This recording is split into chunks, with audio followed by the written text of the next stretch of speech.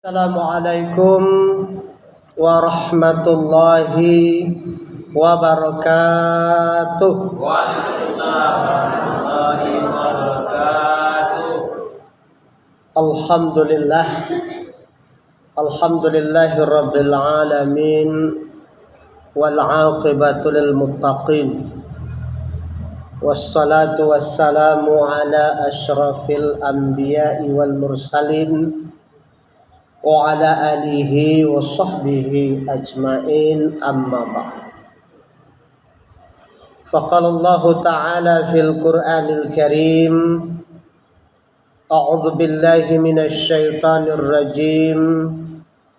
Bismillahirrahmanirrahim.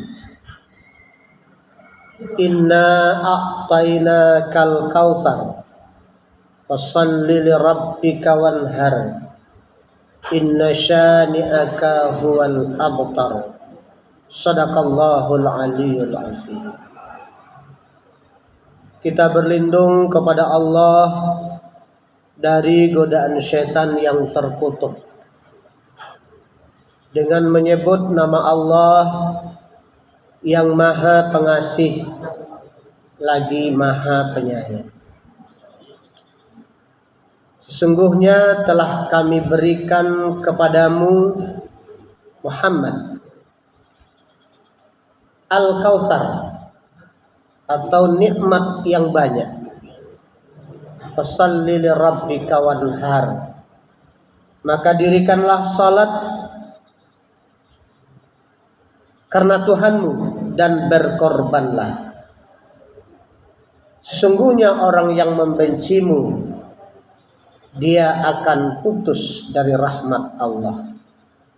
Maha benar Allah dengan firman-Nya di dalam surat Al-Kautsar ayat 1-3. Ibu bapak hadirin wal hadirat, kaum muslimin muslimat sidang jamaah maghrib rahimakumullah. Bersyukur kita kepada Allah Subhanahu wa taala yang selalu melimpahkan rahmat, nikmat dan karunia-Nya kepada kita semua. Sehingga pada malam hari ini alhamdulillah kita diberi kesehatan, kekuatan iman dan ketakwaan. Dengan itu semua alhamdulillah kita bisa melangkahkan kaki, mengayunkan tangan dari rumah kita masing-masing menuju rumah Allah Surau Gonjong yang kita cintai dalam rangka mengikuti wirid mingguan. Kemudian salawat dan salam mari sama-sama kita sampaikan pada junjungan kita Nabi besar Mustafa Muhammad sallallahu alaihi wasallam. Ibu bapak hadirin wal hadirat, kaum muslimin muslimat yang berbahagia. Kalau kita calik kalender tanggal, kini kita ala berada di tanggal 5 Juli tahun 2021, bertepatan dengan 26 Zulqa'dah tahun 1442 Hijriah. Dalam arti kata, kini kita lah berada di penghujung bulan Zulqa'dah. Sesudah bulan Zulqa'dah akan datang bulan Zulhijjah. Di mana di bulan Zulhijjah Allah Subhanahu wa taala mensyariatkan kepada kita umat Islam dua ibadah yang istimewa. Ibadah apa itu yang dua itu? Yang pertama adalah ibadah haji. Bila diwajibkan ibadah haji itu di bulan Zulhijjah. Allah Subhanahu wa taala berfirman, "Walillahi 'alan nas hajjul bait man istata'a ilaihi sabila." Kewajiban manusia terhadap Allah yaitu mengerjakan haji ke Baitullah bagi orang yang mampu melakukan perjalanan ke Baitullah. Ini ibadah yang pertama yang disyariatkan di bulan Zulhijjah. Kemudian ibadah yang kedua yang Allah syariatkan di bulan Zulhijjah ini adalah ibadah kurban. Allah Subhanahu wa taala berfirman, "Inna a'tainakal kautsar fashalli li rabbika wanhar inna syani'aka huwal abtar." Sungguh kami telah beri kepadamu nikmat yang banyak seperti telaga Kausar. Maka oleh sebab itu dirikanlah salat karena Tuhanmu dan berkorbanlah. Sesungguhnya orang yang membencimu dia akan putus dari rahmat Allah Subhanahu wa ta'ala. Ibu dan bapak hadirin wal hadirat, kaum muslimin muslimat yang berbahagia. Jadi kajian kita pada malam kini berkisar tentang ibadah kurban yang sebentar lagi insya Allah hitungan hari. Jadi kalau kini tanggal 26 Zulqa'dah, sedangkan ibadah kurban itu disyariatkan, diperintahkan oleh Allah 10 Zulhijjah. Berarti lebih kurang 4 balik hari lain atau 3 balik hari lain. Ibu dan bapak hadirin wal hadirat, kaum muslimin muslimat yang berbahagia. Tentu kita mulai pengajian itu dengan pengertian. Apa itu kurban? Kata-kata kurban sudah sering kita dengar. Alah hacok tadanga di awak. Bahkan sebagian kita sudah pernah dan bahkan sering hampir setiap tahun berkorban. Namun demikian mari kita perjelas apa itu kurban menurut bahasa maupun menurut istilah. Kurban menurut bahasa berasal dari kata qaraba, yaqrabu kurbanan. Artinya dekat. Ya. Orang yang berkurban berarti orang yang mendekatkan diri kepada Allah Subhanahu wa ta'ala dengan ibadah kurbannya itu. Jadi sesuai dengan namanya kurban, dekat. Jadi orang yang berkurban berarti orang yang mendekatkan diri kepada Allah melalui ibadah kurbannya itu.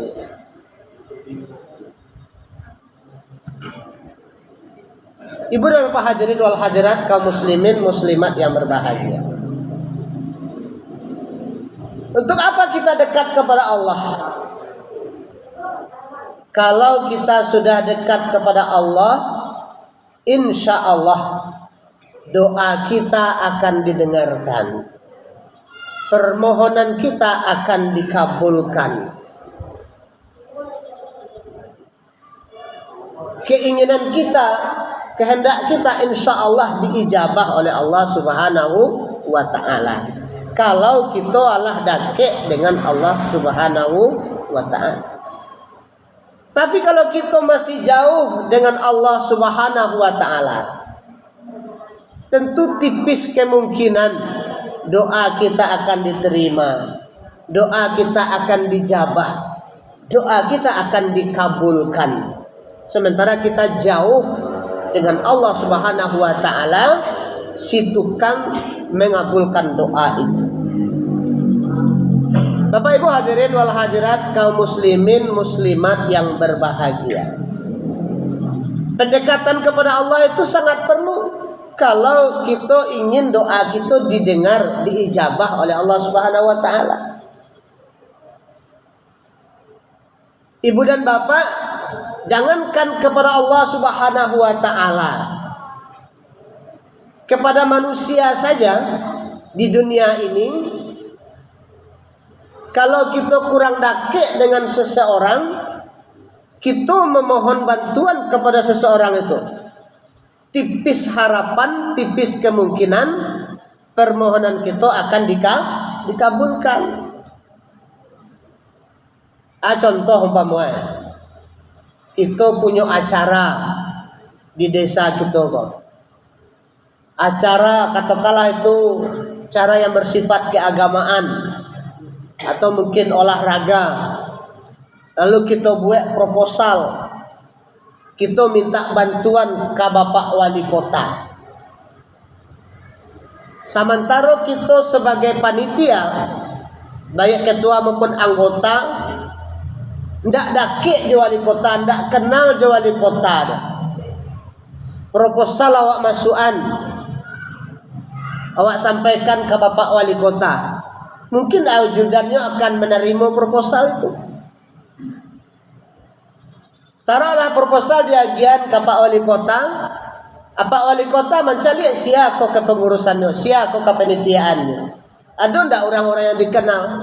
Kalau orang-orang yang tidak dikenal sama sekali oleh Pak Wali Kota, kira-kira proposal awak itu kama apa ya? Mungkin masuknya ke dalam laci.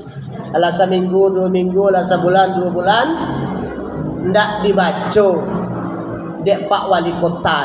Atau ini mungkin mementingkan yang lain dulu. Kok kan dibaca mana? Urutan dan kalapam baleh. Tapi kalau proposal itu ada di situ tanda tangan orang yang dikenal oleh Bapak Wali Kota. Contohnya kapal desa kita dikenal oleh Bapak Wali Kota. Nampak dia di situ. Oh, kok kepala desa Sikabu yang menandatangani. Acara itu rancak, acaranya kok bagus, disokong. Ya CC dia Pak Wali Kota. Turunkan dana sekian. Kenapa? Karena ada kedekatan dengan Allah Subhanahu wa taala. Karena ada kedekatan seseorang dengan pejabat itu tadi. Demikian pula dengan Allah Subhanahu wa taala. Kalau awak tidak pernah mendekatkan diri kepada Allah Subhanahu wa taala, bagaimana mungkin doa-doa kita akan diterima, doa-doa kita akan diijabah oleh Allah Subhanahu wa taala. Ibu bapak hadirin wal hadirat, kaum muslimin muslimat yang berbahagia. Itu pengertian kurban menurut bahasa. Adapun menurut istilah, kurban itu ialah menyembelih hewan kurban pada hari nahar atau hari tasyrik, lalu dagingnya dibagi-bagikan kepada orang yang membutuhkan dengan niat lillahi ta'ala. Itu pengertian kurban secara istilah. Ibu bapak hadirin wal hadirat, kaum muslimin muslimat yang berbahagia. Hukum kurban, sebagian ulama mengatakan hukum kurban itu wajib bagi orang yang mampu. Namun jumhur ulama berpendapat kurban itu hukumnya sunnah muakkad. Apa itu sunnah muakkad? Sunnah yang sangat ditakkidkan, sunnah yang sangat dianjurkan oleh Allah Subhanahu wa taala. Jadi bagi orang yang mampu melaksanakan kurban itu di sunnah muakkadkan, sangat dianjurkan oleh Allah Subhanahu wa taala. Bahkan Nabi kita Nabi besar Muhammad sallallahu alaihi wasallam bersabda, apa kata Nabi kita? Man kana lahu sa'atun falam yudhi fala yuqrabanna musallana. Kata Nabi kita Nabi besar Muhammad sallallahu alaihi wasallam, bagi siapa yang punya kesempatan untuk berkurban lalu dia tidak mau berkurban, maka kata Rasulullah sallallahu alaihi wasallam, jangan dekati musala kami, jangan dekati tempat salat kami. Jadi orang menalah mampu berkorban, tapi tidak namanya berkorban dah dengan alasan pelit atau buang-buang pitih je. Kalau gini kok 2 juta 400, ada yang 2 juta 500 per korban. Lalu merasa keberatan ya untuk mengaluan pitih untuk korban. Padahal dia mampu, dia punya harta sudah berlebih dari kebutuhannya. Lalu orang ini tidak mau berkorban, diancam oleh Rasulullah sallallahu alaihi wasallam.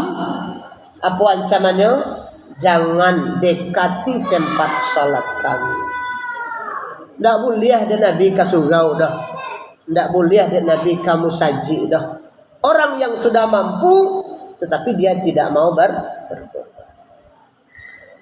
Bahkan lebih tegas lagi, man kana lahu sa'atun falam yudahu falyamut insya'a yahudian wa insya'a nasranian. Barang siapa yang sudah punya kesempatan untuk berkurban lalu dia tidak mau berkurban, maka pilih matinya, kata Rasulullah, mati Yahudi atau mati Nasrani. Aku dan ngiri ya Bapak dan Ibu. Orang yang punya kemampuan untuk berkorban, dia tidak mau berkorban. Jika dia meninggal, kata Rasulullah, matinya ada 2 macam. Mati Yahudi atau mati Nasrani. Tidak ada disebut mati Muslim dah. Itu dan membuat kita ngeri ibu dan bapak. Oleh karenanya kita mengajak seluruh kaum muslimin, muslimat, dan sanak kami yang punya kemampuan, punya kesempatan untuk berkurban pada tahun ini, mari kita sama-sama berkurban. Silahkan daftarkan diri ke panitia. Alhamdulillah di surau kita telah tercatat anak 5 ekor. Sampai Jawi Sikua Kabau. Tapi panitia masih membuka peluang untuk menerima peserta kurban berikutnya. Ibu dan bapak hadirin wal hadirat, kaum muslimin muslimat yang berbahagia. Berbicara tentang ibadah kurban bapak dan ibu, ibadah kurban ko ndak kini je doera. Ndak di masa Nabi Muhammad je dah. Indak pula di masa Nabi Ibrahim je dah. Tetapi jauh sebelum itu, di masa Nabi Adam, ibadah kurban ko Allah ado. Jadi ndak baru kurban ko bapak dan ibu. Lah lama wadoe. Semenjak Nabi Adam diciptakan dan Siti Hawa, lalu Siti Hawa menikah dengan Nabi Adam, punya putra dan putri. Disitulah diwajibkan ibadah kurban. Ibu dan bapak hadirin wal hadirat, kaum muslimin muslimat yang berbahagia. Sebagaimana kita ketahui, Nabi kita Nabi Adam alaihissalam menikah dengan ibunda kita Siti Hawa, itu punya anak 41 orang. Wah, banyak. Dan anaknya 41 orang. Ibunda Siti Hawa melahirkan sebanyak 21 kali. Bayangkan 21 kali melahirkan anaknya sampai 21. Berarti setiap melahirkan kamba. 20 kali melahirkan kamba, dan sekali melahirkan indak kamba. Jadi 41 jumlah anak Nabi Adam dan Siti Hawa itu terdiri dari laki-laki dan perempuan. Setiap lahir kamba laki-laki dan perempuan. Lahir yang kedua kamba laki-laki dan perempuan. Dan seterusnya. Kalau mau cari-cari mau dengar-dengar, mau cari adalah cerita dari yang tua-tua dahulu. Kalau ada anak kamba lahir itu ada kamba itu seorang laki-laki, seorang padusi. Pihak baku baparang kaumah si perempuan yang melahirkan tadi. Baparang. Ada di parangan. Punah rarah pisang, punah rarah tanaman. Jadi nyo namanya manasehati mah. Ba'a kok sakati duan jadul sana. Lalu begang-begang ditabang aja pisang nado. Kok menurut cerita tak tu. Kalau ndak tak tu ba elenyo. Tapi ini adalah sebuah mitos Bapak dan Ibu. Jadi kalau ada anak kamba lahir, pihak baku pai beparang ke rumah si perempuan tadi. Itu kalau ndak beparang ya dah akan cacat anakku nanti. Tapi itu mitos Bapak dan Ibu. Buktinya Nabi Adam alaihissalam tidak ada mensyariatkan serupa itu dong. Ibu dan Bapak hadirin wal hadirat kaum muslimin muslimat yang berbahagia. Jadi Bapak Ibu, Siti Hawa setiap melahirkan kembar, satu laki-laki, satu padusi.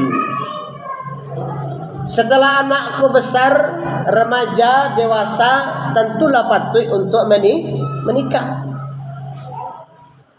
Maka hukum pernikahan menikah beradik kakak boleh di zaman Nabi Adam boleh. Karena tidak ada manusia yang lain selain dari anak cucu Nabi Adam.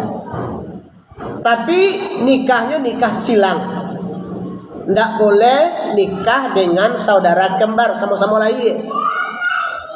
Jadi anak yang pertama lahir kembar, yang laki-laki diberi nama Habil, yang padusi dia nama Labuda.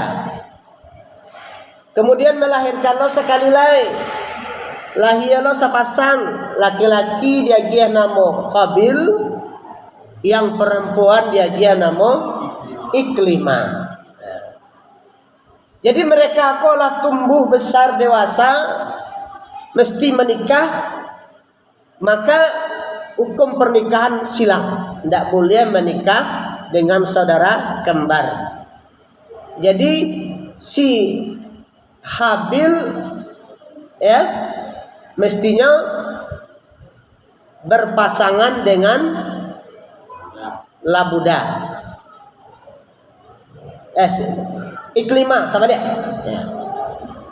Si Habil mestinya berpasangan dengan si Iklimah.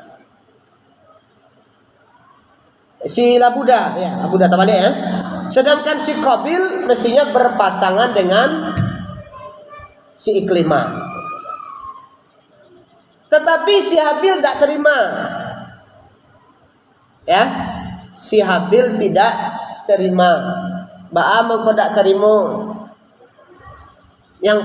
Yang boleh dinikahi si Habil ko adalah Labuda. Yang Labuda ko katakanlah orangnya sederhana. Ndak lo gancak banar. Kok kuli agak masak-masak sangene. Ya, kok hidung agak pesek sangene. Sementara si Iklimah kuliah tak celak, kuliah kunyang lansek, Kalau bak kata namanya seniman menggambarkan kok pipi bak pawah dilayang, kok dagu bak labah bagayu, kok mato bulu mato bak samui bayang, kok hidung mancung asam apa?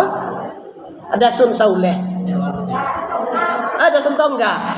Ada sun tongga, ada sun sauler.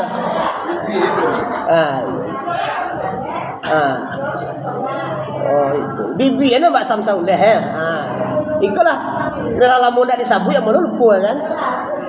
Jadi pendek kata yang si iklima ko cantik, yang si labuda sederhana saja. Si Habil tidak terima. Kabilnya. Siapa? Kabilnya. Kabil. Teman dia? Nah, bagus. Kabil tidak terima. Kabil yang membunuh Syabil. Habil. Kabil. Oh, taban dia. Iya. Namun awak kedua ini yang bersih. Barasia. Ini kayak namu bukan kadang kan itulah. Tak balik kan. Tapi nam para lubana apa nan diambil hikmahnya lah. Jadi si Kabil nan membunuh Habil. Si Kabil indak tarimo. Ya. Indak tarimonyo si labuda menjadi pasangan. Maka disitulah Allah Subhanahu wa taala memerintahkan berkurban. Nah, jadi apa kok kita follow ini lah. Yang penting hikmah itu kan. Kok kota tukana namanya kadua hikmah cerita kan perlu lah. Nah, ini hikmah cerita yang perlu. Namo itu bisa itu tukar-tukar kan. Nah. Jadi untuk membuktikan sia yang berhak untuk mendapatkan si iklimah kah, si Habilkah atau si Kabilkah, maka Allah perintahkan untuk berkurban. Nah, si Kabil nyo berkurban buah-buahan nan busuk nan layu. Kurban tu di mana dilataan di atas bukit. Sedangkan si Habil berkurban kibas atau domba yang sehat, domba yang rancak, yanglah cukup umur. Kedua-dua korban cako dilataan di atas bukit. Tandunya korban ditarimo, disambar korban itu oleh api.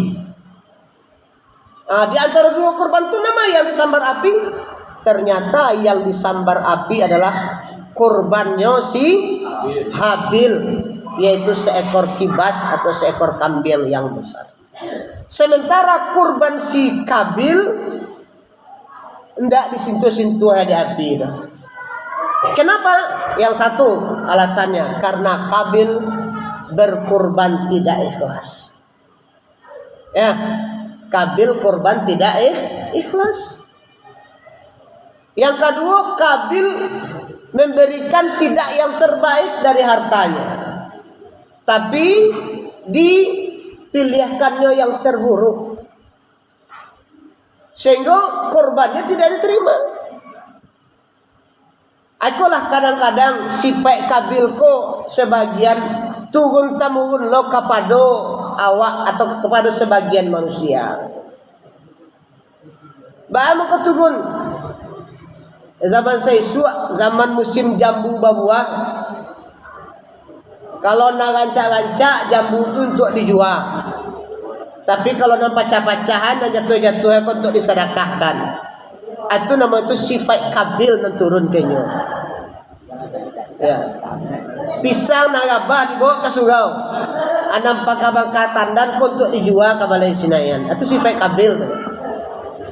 Itulah yang perlu kita kikis. Sementara si Habil dia berkurban itu ikhlas karena Allah Ta'ala. Ikhlas. Dan kedua, dia sengaja memilihkan yang terbaik di antara hartanya. Kuado kambingnya 20 ekor, ada pilihan dan gapuk. Tidak nak kue kempeng lah.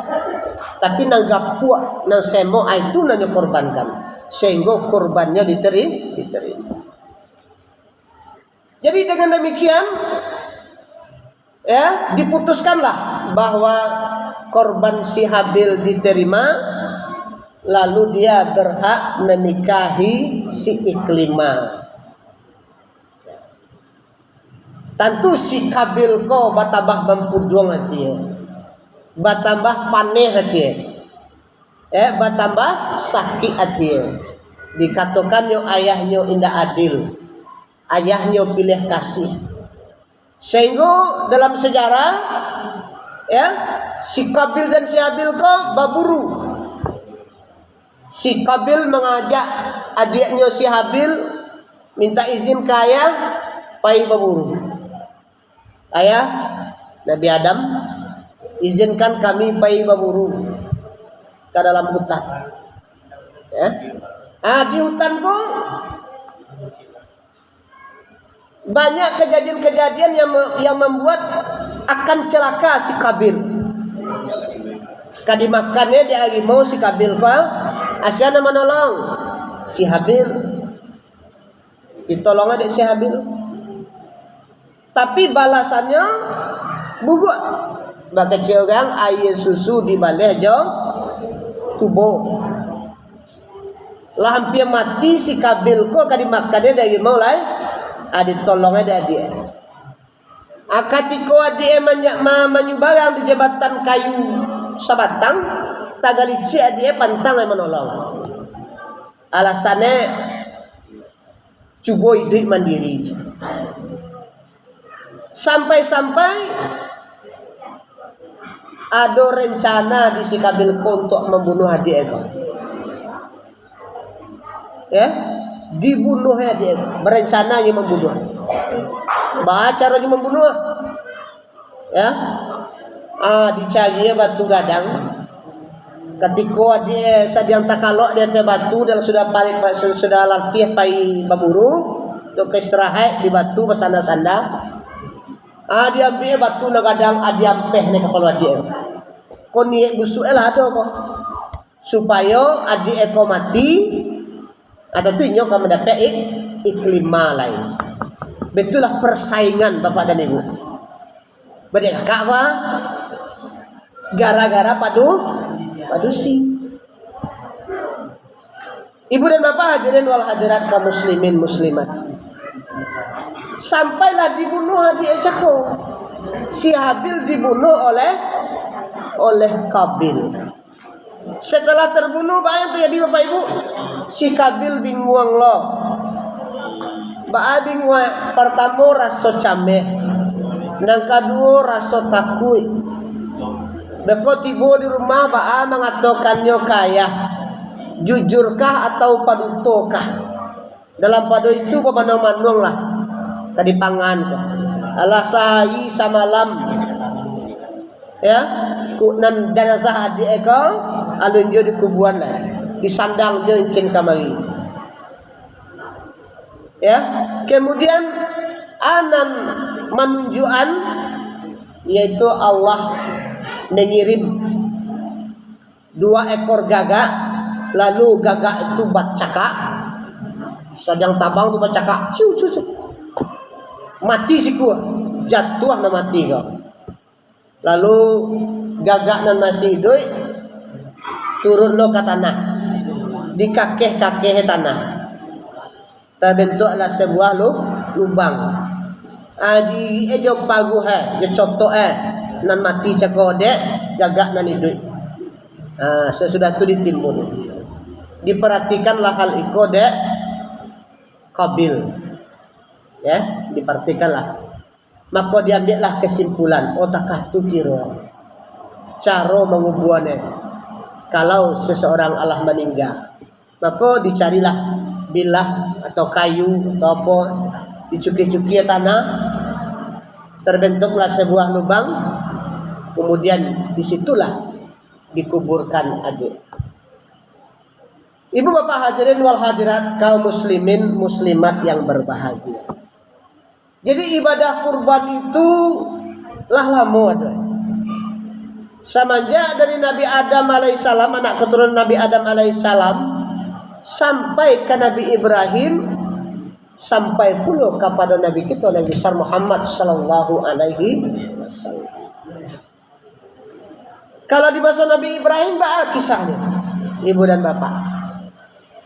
Kalau pada masa Nabi Ibrahim, kisahnya yang terkenal yaitu penyembelihan Nabi Ismail, anak dari Nabi Ibrahim alaihi salam. Ibu dan bapak, hadirin wal hadirat, kaum muslimin muslimat yang berbahagia. Kalau kita baca, kita cari sejarah Nabi Ibrahim. Nabi Ibrahim terkenal dengan nama Khalilullah, artinya kekasih Allah. Nabi Ibrahim punya istri yang pertama namanya Siti Sarah. Setelah menikah bertahun-tahun belum dikaruniakan anak. Dan sampai anak ada. Lah bertahun-tahun menikah dengan Siti Sarah. Lalu Nabi Ibrahim belum juga mendapatkan anak. Dan Siti Sarah menyadari dia karena dia tidak bisa melahirkan, lah sekian tahun berkeluarga tidak dapat anak. Siti Sarah menyadari dirinya tidak bisa atau belum bisa melahirkan, sehingga ini berbaik hati. Berbaik hatinya ke suaminya. Kalau bahasa awal udah itu kanlah menikah sekian tahun lama, tapi kita anu juga dikaruniai seorang putra dolai ataupun seorang putri, seorang anak dolai. Kok menikah udah celai baah? Nah, kok Siti Sarah. Zaman kini lihat dong Siti Sarah pakai itu tuh, hah? Lah itu cek. Ndak punya anak dong. Lah sekian tahun mausulnya kau udah nikah udah cek laida kece. Itu bahasa awal. Lihat dong Siti Sarah tak katu gini. Lahir lah. Siti Sarah istri Nabi Ibrahim terkait. Diusulkannya udah kawin batambu. Pertama ini menolak Nabi Ibrahim kok. Nak mungkin lah. Nak mungkin kawin batambu. Tapi karena dipasu aja akal itu kok iya kawin batambu acarian lah. Aku cara bisa Ibrahim carian lah sian yang kajodoh putu. Lalu Siti Sarah mencarian jodoh. Sangajo jodohnya tidak jauh-jauh arah. Mungkin taktiknya di Siti Sarah kan. Sia jodoh itu pembantu beliau sendiri. Atau budak, kalau bahasa apanya kan budak. Budak itu kan taraf apanya di bawah sedikit. Dan budak kau tidak lo gancak mana. Budak hitam legam lo tuh lagi. Mungkin taktik Siti Sarah kok supaya cinta Nabi Ibrahim tidak tertontong kasih ke calon yang kedua kok. Dipilihannya lah istri yang katakanlah sederhana saja. Ya akhirnya menikahlah dengan pembantunya yang bernama Siti Hajar. Menikah tak lama kemudian Siti Hajar hamil. Ya, Siti Hajar hamil. Tak lama kemudian seiring sejalan Siti Sarah pun hamil. Jadi kok bagi ibu-ibu kok ada yang kalau dapat anak, cobalah metode Siti Sarah. Ada nak kalau dapat anak, ala menikah sekian tahun, coba metode Siti Sarah. Carian lo udah waktu jodoh. Siapa tahu ya kan? Ibu dan bapak hadirin wal hadirat kaum muslimin muslimat yang jadi kebetulan hamil. Kedua-duanya sama-sama hamil dan melahirkan. Dan saat melahirkan itulah yang ada perintah Allah, si Ismail Ya, yang dari Siti Sarah lahir anaknya diberi nama Ismail. Di Siti Hajar namanya Ismail, sedangkan yang di Siti Sarah lahir anaknya diberi nama Ishak. Menurut sejarah, yang Ishak inilah yang menjadi keturunan Yahudi. Sedangkan Ismail inilah yang keturunan nanti sampai kepada Nabi Muhammad yang menjadi orang Muslim. Jadi setelah melahirkan datang perintah Allah untuk membawa hijrah Ismail ya ke Mekah. Sementara si Siti Sarah tetap di Palestina. Disitulah ditinggalkan Siti Hajar dengan anaknya Ismail yang masih kecil. Ibu dan bapak dapat kita bayangkan ya, awak istri kedua melahirkan sudah tuh dipisah. Kau penderitaan Siti Hajar dengan Ismail. Dilataan di gurun pasir yang air ada ado, makanan susah, tumbuh-tumbuhan ada ado dan itu. Disitulah dititipkan, ditinggalkanlah basuh Siti Hajar dengan anaknya Ismail. Sementara Ibrahim diperintahkan kembali ke Mesir. Disitulah Siti Hajar diuji dengan keimanan, dengan ujian yang sangat besar. Singkek carito akan di situ sumber mata air Zam-Zam. Ketika air tidak ada, bolak-balik Siti Hajar mencari air, Safa dan Marwah. Akhirnya berdoa kepada Allah, memohon kepada Allah, memboseklah air yang kini kita kenal dengan air sumur Zam-Zam. Ibu dan bapak hadirin wal hadirat kaum muslimin muslimat yang berbahagia. Kita lanjut ke cerita Ismail. Ismail semakin hari tentu semakin besar. Mulai dari bayi sampai ke balita, sampai ke anak-anak dan remaja. Ya, singkat cerita, di ketika Ismail berusia remaja, datanglah perintah Allah kepada Nabi Ibrahim. Atau perintahnya, perintah untuk berkurban. Anak dikurbankan putri tersayang. Putra tersayang, putra tercinta.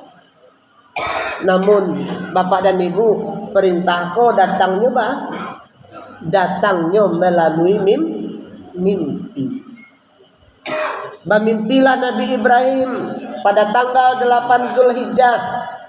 Bermimpi Nabi Ibrahim kalau ia diperintah oleh Allah untuk menyembelih putranya. Mimpi pertama Nabi Ibrahim masih ragu-ragu. Apakah ya mimpiku benar-benar datang dari Allah atau dari setan? Maka disebutlah malam 8 Zulhijjah itu dengan hari Tarwiyah. Kemudian besoknya tanggal 9 Zulhijjah mimpi lo balik. Untuk yang kedua kalinya agak mulai yakin. Sampai 3 kali tanggal 10 Zulhijjah maka dilaksanakanlah perintah Allah itu, yaitu berkurban. Ibu dan bapak hadirin wal hadirat kaum muslimin muslimat yang berbahagia.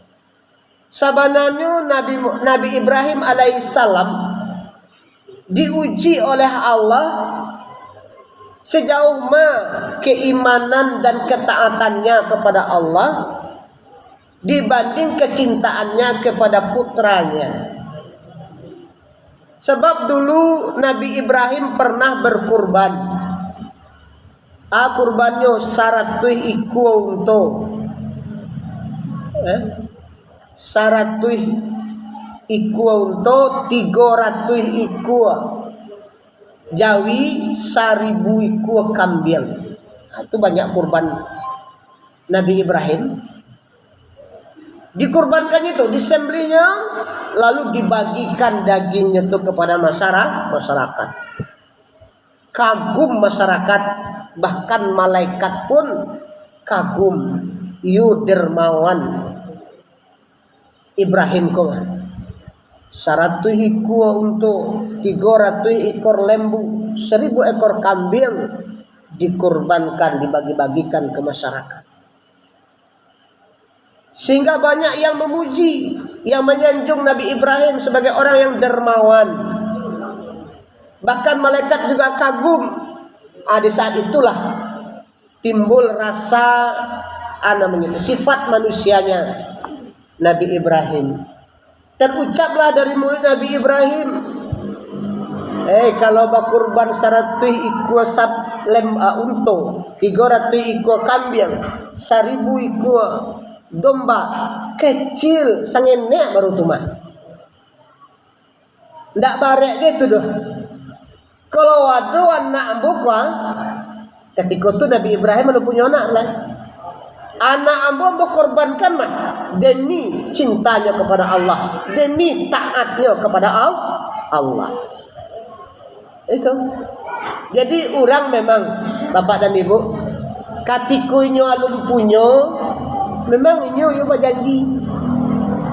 Ya dah. Ketika alun punyo, inyo berjanji, baik janji itu dinyatakannya dengan lisan ataupun di dalam hati. Aden kalau punya oto, orang kampung kau dia naik ke oto sada najak raun.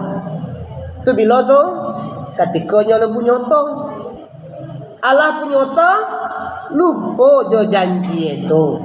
Iya dah letakkan itu, ada. Aden kalau tak pilih jadi anggota dewan, Aden bantu iko dan bantu itu, Allah tak pilih. Hanya lupa je janjinya tu. Nabi Ibrahim kan seolah berjanji, seolah bernazar, kalau ada anak dan atau anak aku akan kusembelih untuk korbankan. Memang pada waktu itu dia belum punya anak. Itulah yang ditagih oleh Allah Subhanahu wa taala, seolah-olah Allah berkata, wahai Ibrahim, mana janjimu? Dahulu engkau berjanji kalau ada anak siap untuk dikorbankan. Ternyata sekarang kamu punya anak.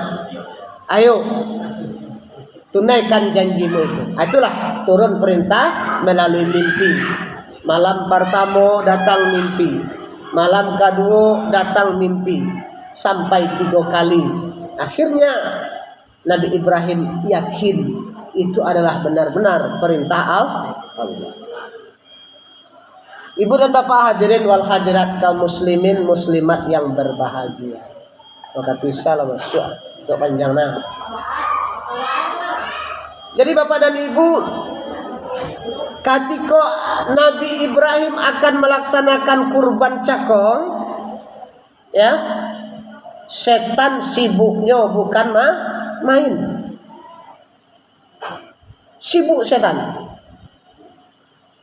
Mengaku menggagalkan rencana Ibrahim mengorbankan putranya, bau saunya menggagalkan. Ya. Pertama, ya, sia yang digoda, yang digagalkan atau yang digaduh oleh setan, Nabi Ibrahim sendiri. Wahai Ibrahim, kama engkau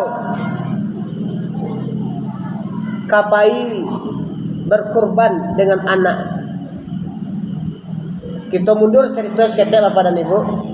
Setelah Nabi Ibrahim yakin bahwa itu perintah Allah, lalu Nabi Ibrahim memerintahkan kepada istrinya Siti Hajar, wahai istriku, dandani anak kita Ismail, mandikan inyo bersia-berasia, tuka bajunya narancak, sikek rambutnya, kapai kama kecil Siti Hajar kaya anak, ambo kama ajak Ismail jalan-jalan, kama ajak Ismail jalan-jalan. Ayolah, dimandian lah, diberasian, diganti pakaian yang bagus, yang rancak, ya. Kemudian pailah anak dengan sang ayah ke suatu tempat. Katampe berkurban itu namanya di Mina. Di perjalanan itulah setan yang ingin menggagalkan tadi. Yang pertama yang digaduannya adalah Ibrahim alaihissalam. Wahai Ibrahim, kemana engkau? Kami akan berkurban. Di stop itu, bantilah dulu. Cobalah pikir nok manuangan kecek setan. Anakmu satu-satunya, iko yang kau kurbankan. Digaduhlah pokoknya. Akhirnya Ibrahim berang, nyoambiak batu, nyopungkang iblis. Iblisnya lagi terbirit-birit. Gagal menggoda Nabi Ibrahim. Sudah tu kali dan kedua siana digodanya lagi. Istri Nabi Ibrahim, ibunda Siti Hajar. Wahai Siti Hajar, kenapa engkau tenang-tenang saja di rumah? Bukankah kamu lihat suamimu dan anakmu pergi? Pergi ke mana? Katanya dia akan berkurban, dia akan menyembelih putramu. Tidak mungkin. Mana ada seorang ayah mencelakakan anak kandungnya, tidak mungkin. Tapi dia mengatakan itu perintah Allah. Kecil iblis. Oh, kalau itu perintah Allah, saya setuju, saya siap. Jangankan nyawa anak saya, nyawa saya pun rela saya berikan. Kecek Siti Hajar. Dan iblis pun gagal. Siti Hajar juga melempar iblis. Iblis pun gagal. Allah 2 kali gagal. Kemudian sialan yang digoda Ismail. Wahai Ismail, kenapa engkau gembira-gembira saja ikut dengan ayahmu? Hendak engkau lihat ayahmu membawa sebilah pisau, bahwa kamu akan disembelih. Tidak mungkin, kata Ismail. Tidak mungkin seorang ayah akan mencelakakan anaknya. Digaduh taruh. Diambil lo batu dia Ismail, digaduan pulau ka iblis. Karena cek matoi sabalah celek iblis. Jadi terjadi 3 kali pelemparan. Pelemparan oleh Nabi Ibrahim, pelemparan oleh Siti Hajar, dan pelemparan oleh Ismail. Maka disyariatkanlah dalam ibadah haji adanya Jumratul Ula, Jumratul Wusta, dan Jumratul Aqabah. Iyo 3 kali melempar. Manalah ibadah haji? Elok, ayo 3 kali. 3 kali melempar. Masing-masing 7 apa? Batu. Ibu dan bapak hadirin wal hadirat kaum muslimin muslimat. Allah tiba di tampek penyembelihan. Di situ barulah Nabi Ibrahim berterus terang kepada anaknya. Dalam ayat kan diceritakan itu ketika Nabi Ibrahim bermimpi bahwa dia menyembelih anaknya, lalu ia bayu, wahai anakku, aku melihat dalam mimpiku bahwa aku menyembelihmu, mengorbankanmu. Bagaimana pendapatmu? Bayu ejo anak. Jawe Nabi Ismail, ya, laksanakanlah ya ayah apa yang diperintahkan Allah kepadamu. Semoga engkau mendapatkan aku anak yang sabar. Semoga engkau mendapatkan aku anak yang saleh. Coba bayangkan bapak dan ibu, seorang anak dipayu dia ya kama nabiahnya, jawabnya, kalau anak soleh jawabnya, laksanakanlah perintah Allah. Semoga bapak mendapatkan aku anak yang soleh. Semoga bapak mendapatkan aku anak yang sabar. Kalau anak-anak kini tidak solehnya doh, ada kejadian semacam itu. Kira-kira jawab anaknya kira-kira. Barangkali Pak Allah dan nambo kena dabiah Pak. Banda anduangnya nalaka mati ni kena dabiah tua. Ba ko ndak ingi aja nalaka mati dabiah. Ambo kan masih muda. Barangkali akan seperti itu jawabannya. Karena itu jawaban orang yang cerdas tapi tidak saleh. Tapi kalau jawaban anak saleh, karena ini perintah Allah, ya, laksanakanlah perintah itu, semoga engkau mendapatkan aku anak yang sabar. Singkat cerita Bapak dan Ibu, hadirin wal hadirat, kaum muslimin muslimat, mohon maaf ya agak terlambat seketek lah ya. Dilaksanakanlah pengorbanan. Ibrahim siap untuk berkorban, Ismail pun siap untuk dikorbankan. Permintaan Nabi Ismail ada 6. Ketika ayahanda akan menyembelihku, pertama ikatlah tanganku supaya aku tidak meronta-ronta. Yang kedua, tutuplah wajahku. Yang ketiga, tajamkan pisau untuk menyembelihku. Yang keempat, singsingkan lengan bajumu supaya tidak kena pecikan darah. Yang keenam, ya, bawa bajuku pulang, simpan baik-baik oleh ibunda sebagai kenang-kenangan. Dan yang keenam, nanti jangan kalau ada anak-anak seusiaku, jangan engkau lirik dia, nanti engkau terkenang akan aku. Itu 6 permintaan Ismail ketika dia akan dikurbankan. Oke, ke-6 perintah itu sudah dipenuhi oleh Nabi Ibrahim.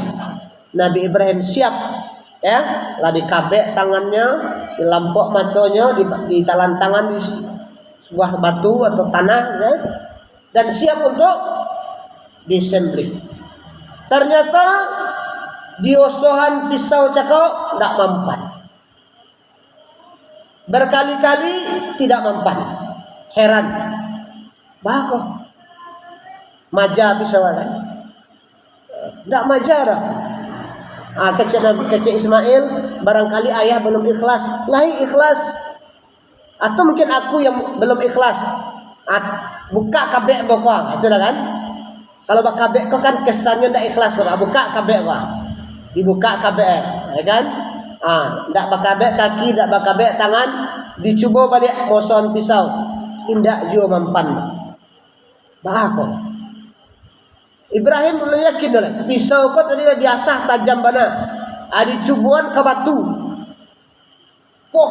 balah 2 batu. Kok lihi Ismail nan ganti yang tak butuh dia pisau nan tajam, sementara batu nan karya balah 2 dia ladiang untuk dia perang Nabi Ibrahim. Ari cubo balik. Suruh anak menelantang balik, dicubuan balik. Saat itulah semua malaikat bertakbir. Ya. Tunduk. Allahu Akbar, Allahu Akbar, Allahu Akbar. Nan lihi hendak jumpa putui, malaikat takjub. Allah berfirman, wahai Ibrahim, engkau sudah lulus dari ujian.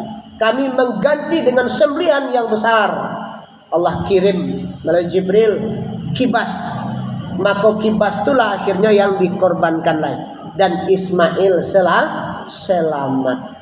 Bapak dan ibu, ya, korban kini yang diminta ndak anak awak doh, indak istri awak doh, indak suami awak, tapi yang diminta berkorban itu adalah sebahagian kecil harta kita. Itulah yang akan kita kurbankan. Bapak Ibu, mudah-mudahan kita diberi kelapangan rezeki dan kita bisa berkurban tahun ini. Kalau tidak bisa tahun ini, tahun ketibu. Mudah-mudahan kita diberi rahmat rezeki oleh Allah yang melimpah ruah. Bapak Ibu, itu saja yang bisa mewagian dulu pengajian. Mudah-mudahan ada manfaat. Terima kasih atas segala perhatian dan mohon maaf atas segala kekurangan. Billahi taufiq wal hidayah. Wassalamualaikum warahmatullahi wabarakatuh.